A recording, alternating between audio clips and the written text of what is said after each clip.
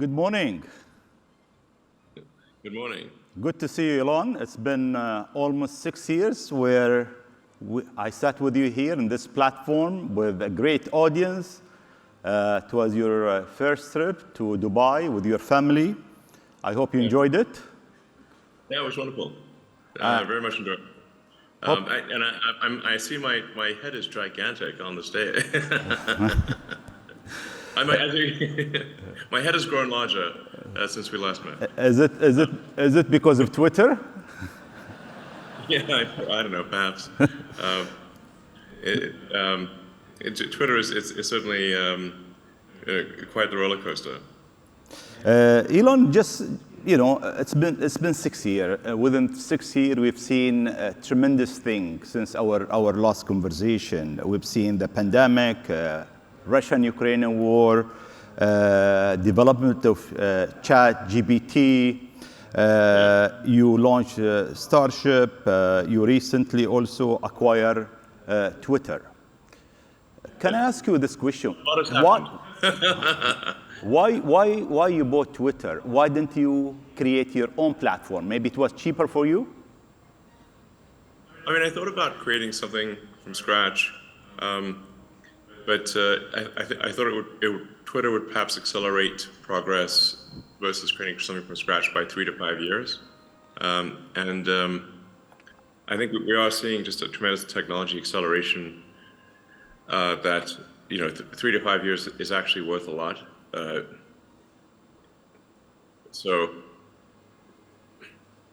mean, to be frank, I was a little worried about the direction that and the effect of social media on the world, and especially Twitter.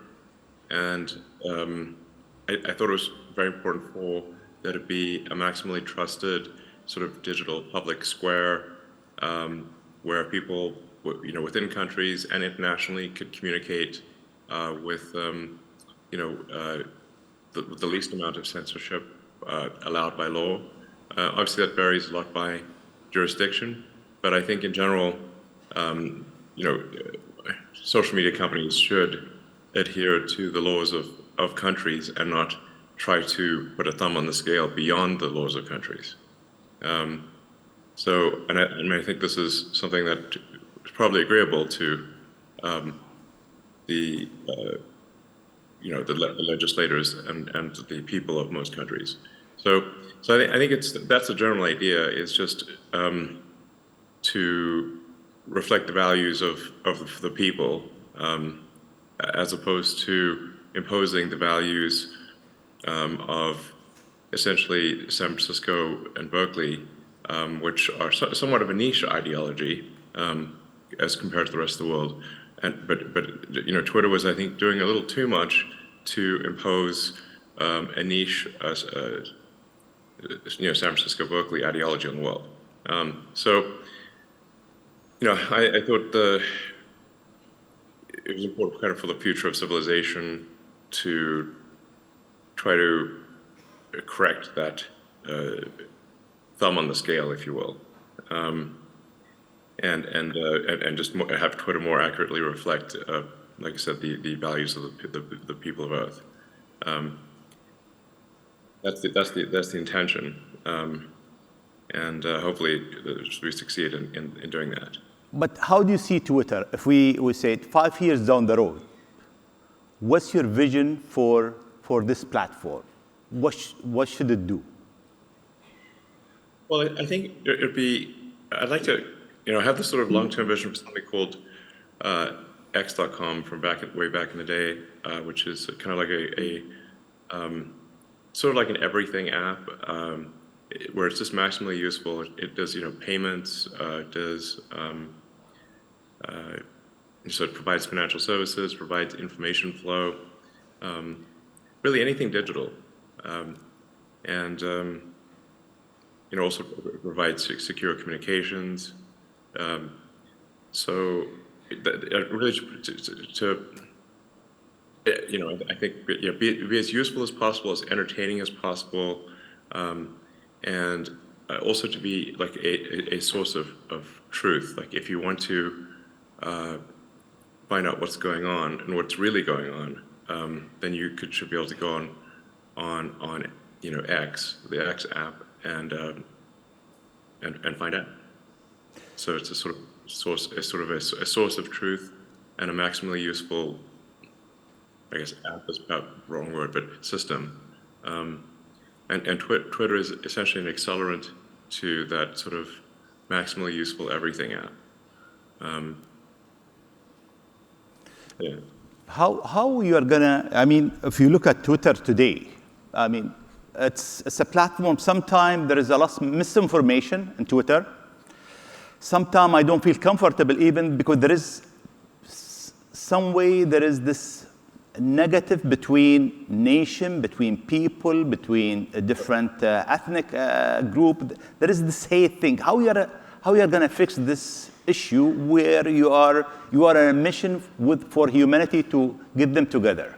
I think there's something that we're putting a lot of effort into called community notes. It's currently just in English, but we will be expanding it to all languages.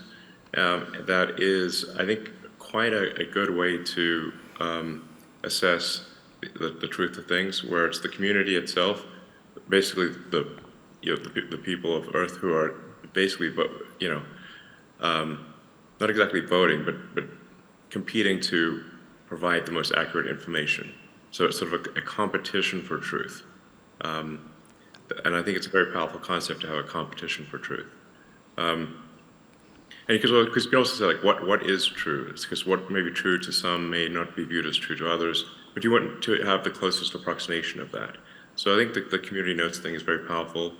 I think trying to have as many organizations and people and institutions verified as being legitimately those people and organizations is important.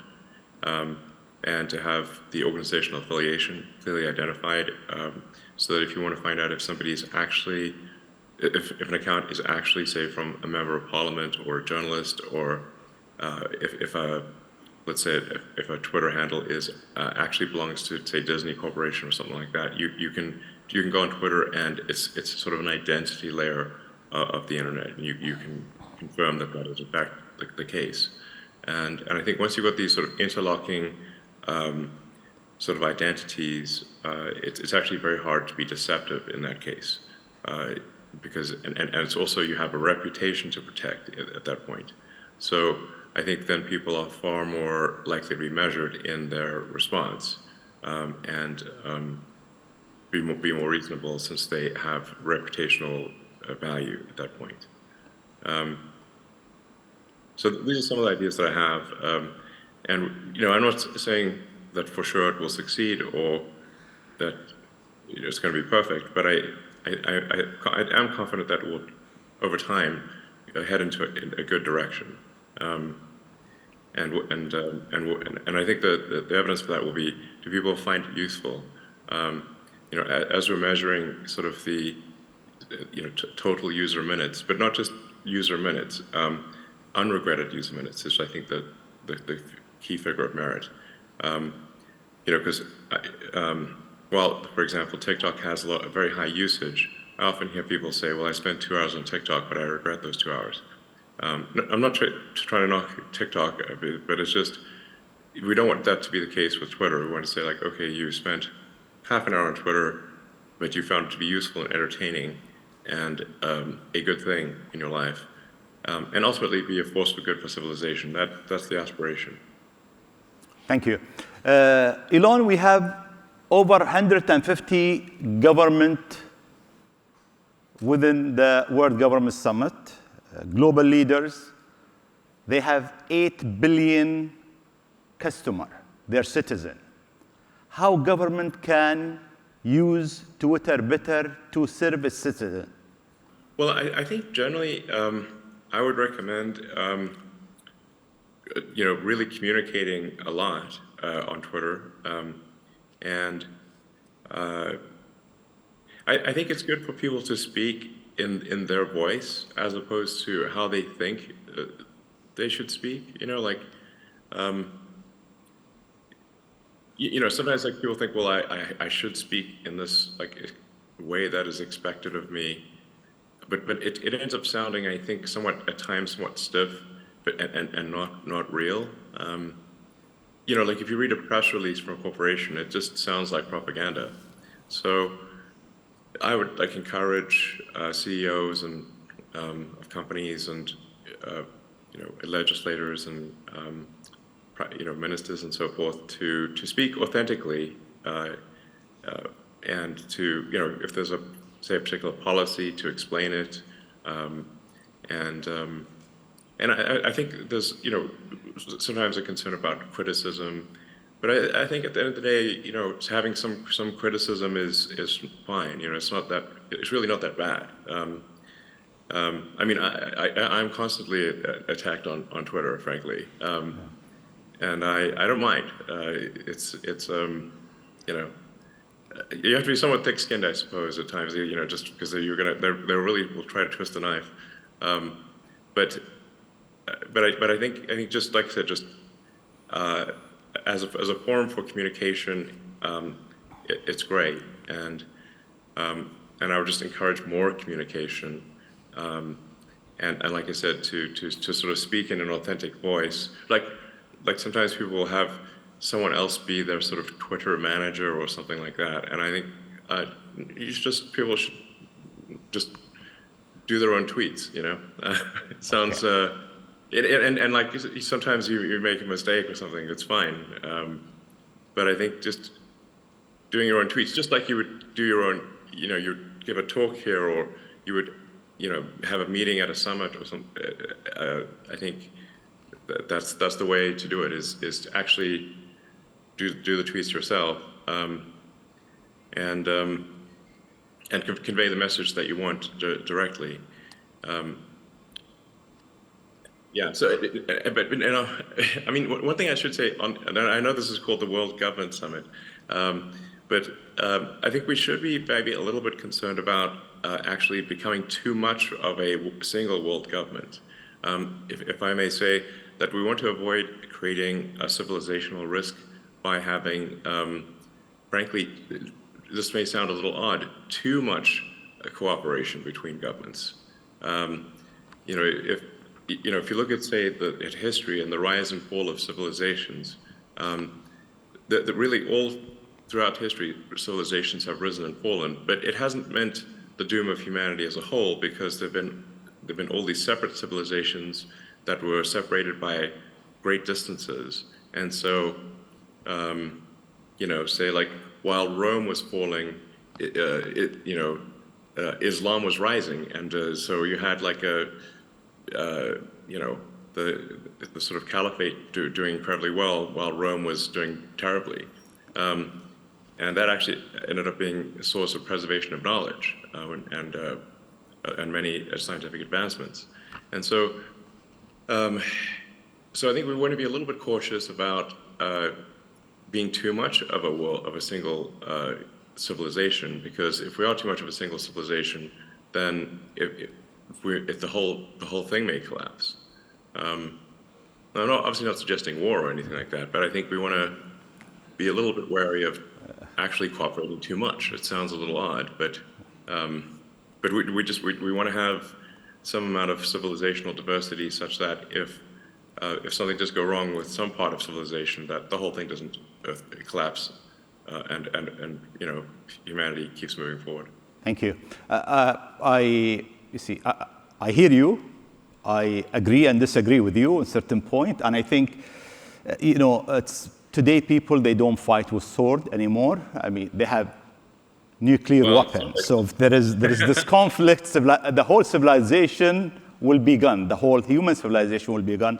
And what we are trying to do here at the Emirates actually is to do exactly what you are saying. We have 180 nationality. You have every single race, every single religion, and we're trying to create a model that show the world that it doesn't matter who you are, what your color, what's your religion, where you're from, humanity can live in peace and harmony.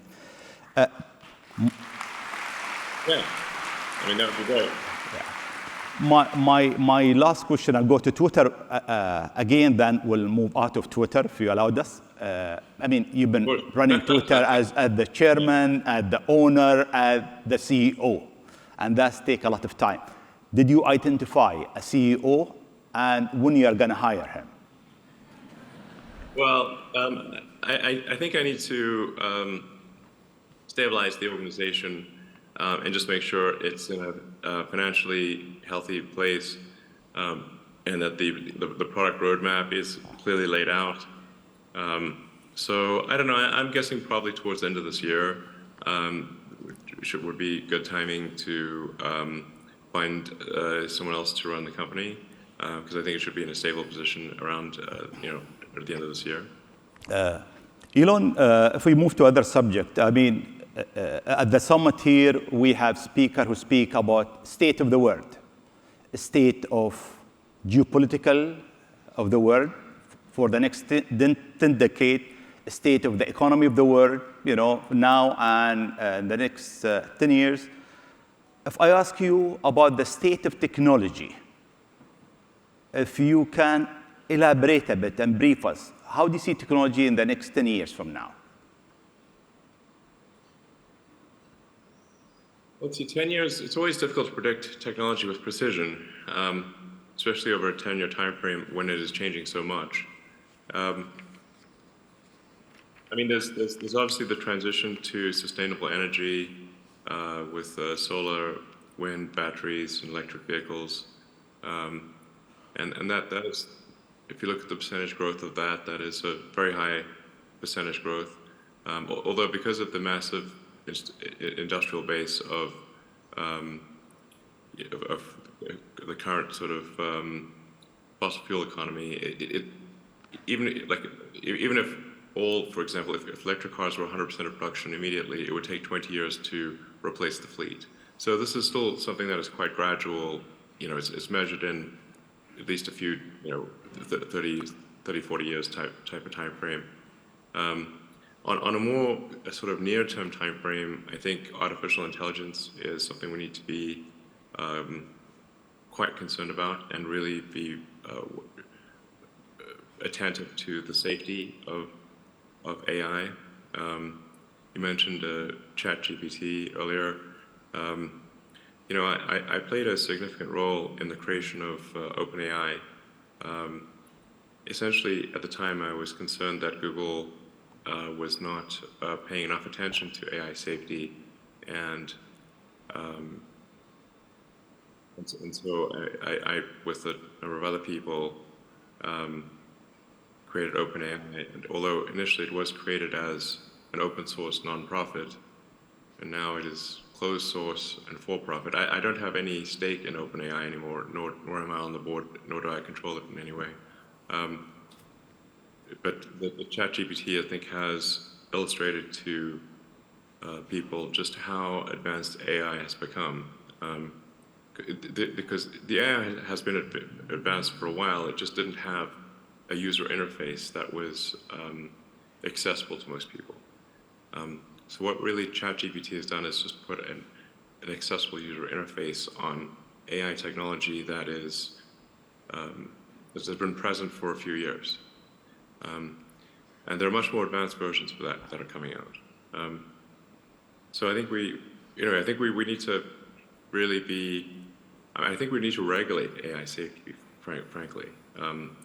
Because if you think of any technology which is potentially a risk to people, like if it's aircraft or cars or medicine, we have regulatory bodies that oversee the public safety of cars and planes and medicine. And I think we should have a similar sort of regulatory oversight for artificial intelligence, because it is, I think, actually a bigger risk to society than cars or planes or medicine. And this may slow down AI a little bit, but I think that might also be a good thing. The challenge here is that government regulatory authorities tend to be set up in reaction to something bad that happened. So if you look at, say, aircraft or cars, the cars were unregulated at the beginning, aircraft were unregulated, but they had lots of airplane crashes, and in some cases manufacturers that were cutting corners, and a lot of people were dying. So the public was not happy about that, and so they established a regulatory authority to improve safety. And now commercial airliners are extremely safe. In fact, they're safer than if you were to drive somewhere. The safety per mile of a commercial airliner is better than a car. And cars are also extremely safe compared to where they used to be. But if you look at, say, the introduction of seatbelts, the auto industry fought the introduction of seatbelts as a safety measure for, I think, 10 or 15 years, before finally the regulators made them put seatbelts in cars. And that greatly improved the safety of cars. And then airbags were another big improvement in safety. So my concern is that with AI, if there's something bad, if something goes wrong, the reaction might be too slow from a regulatory standpoint. So I'd say, like, if I'd say, like, what are the biggest risks to the future of civilization? There's AI, but AI is a double, it's both positive and negative. It has great promise, great capability, but it also, with that comes great danger. I mean, you look at, say, nuclear, just discovery of sort of nuclear physics. You had nuclear power generation, but also nuclear bombs. So anyway, I think we should be quite concerned about it, and we should have some regulation of what is, if fundamentally, a risk to the public. Very great. Let me move to another subject, Elon. Education. I mean, you have your own philosophy about education. With AI, education might change dramatically. Can you tell us briefly about your philosophy of education? And number two, do we need 12 years of schooling and 4 years of university? Well, with respect to education, I think in general, some things that we could do to make it more compelling would be to explain to children why we are teaching a particular subject. The human mind has evolved to really forget anything that it deems unimportant. So,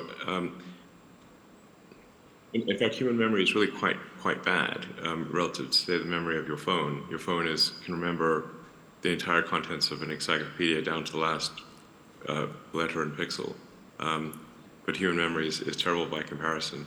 So the mind is constantly trying to forget things, actually.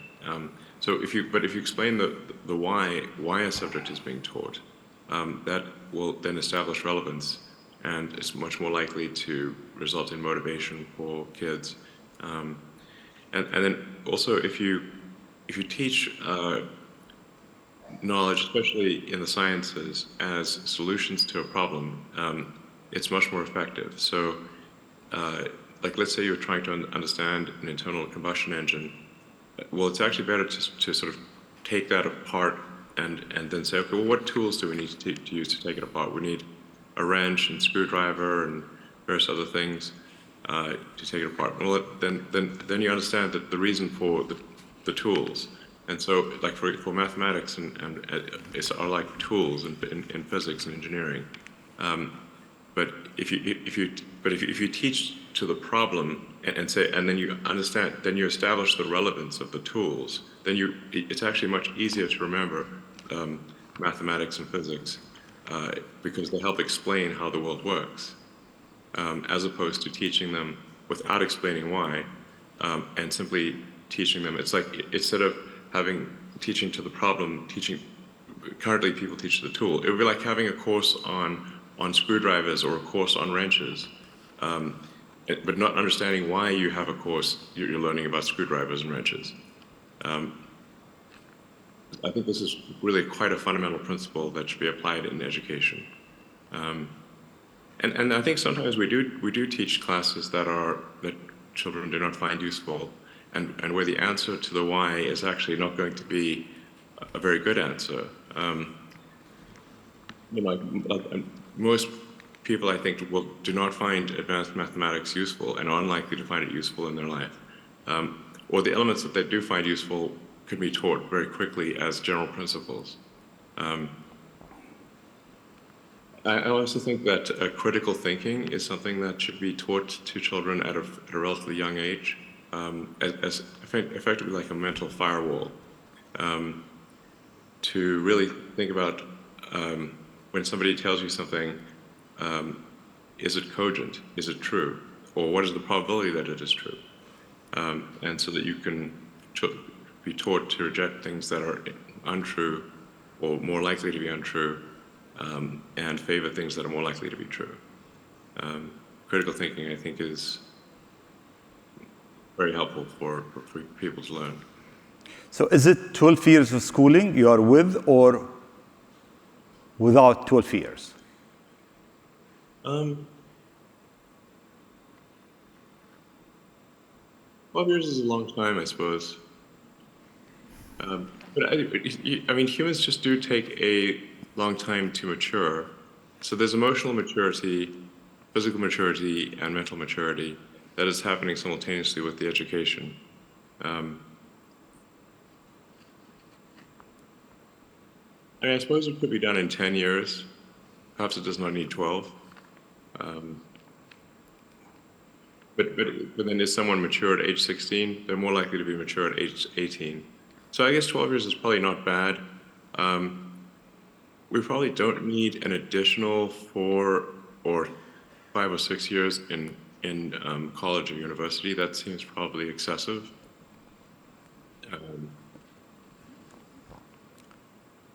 I think we would probably shave a few years off and be fine. Right. Okay.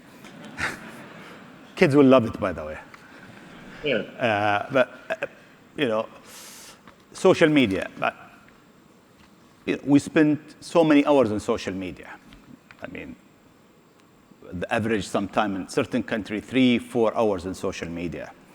And sometimes when we go to our kids, we see them spending also long hours. Part of it's knowledge. Do you have any rule for your kids? I mean, how much they can spend in social media? I've generally not tried to restrict social media for my kids, although that might have been a mistake. Depending on which kid it is, they've really been programmed by Reddit and YouTube, I'd say, more than anything else, Reddit and YouTube. I think probably I would limit social media a bit more than I have in the past. And just, let's take note of what they're watching, because I think, at this point, they're being programmed by some social media algorithm, which you may or may not agree with. So I think probably one needs to supervise children's use of social media, and be wary of them getting programmed by some algorithm written in the Silicon Valley, which may or may not be what you want. Elon, you've been working very hard. I mean, since 6 years ago we met, you look much younger, by the way, than 6 years ago. Thanks. You look great too. But I know that you've been working for almost 20 hours a day. You sleep in the sofa in the office, maybe Twitter office, Tesla office. You told me once I was with you at Tesla's office. How do you balance your life? Yeah. I mean, with this stress, with so many different, you're in so many different company parallel. How do you balance it? Well, I should point out that a 20-hour workday is relatively unusual and rather painful.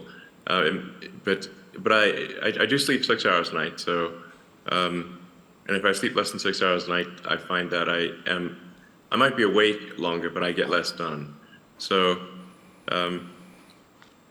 But I do work a ridiculous amount, I think, relative to most people, in that it's pretty much 7 days a week, and mostly from when I wake up to when I go to sleep. I'm not suggesting this is good for everyone, and I think, frankly, I would like to work a bit less than that.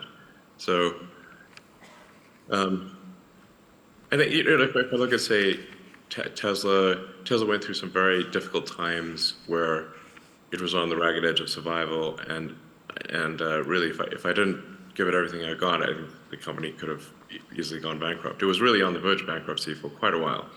I don't mean to suggest complacency at this point, but it does require much less work to operate Tesla now versus, say, in the 2017 to 2019 timeframe. And it's not at mortal risk of survival. It's achieved economies of scale that make it, not on the ragged edge of survival.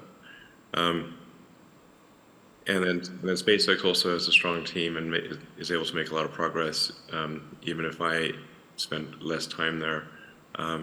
It does help if I spend time there, but it keeps making progress even if I don't.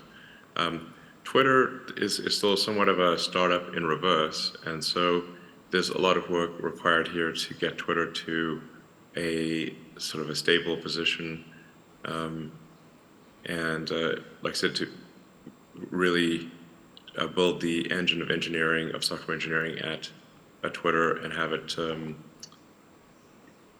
really have like I said, a great product roadmap and the people in place to implement that product roadmap. And so it is not my intention to work like crazy. I think I got be comfortable with a mere 80-hour work week. Would be fine. All right. And that is what I would aspire to. Thank you. We are running out of time. I have one last question I have to ask you. Sure.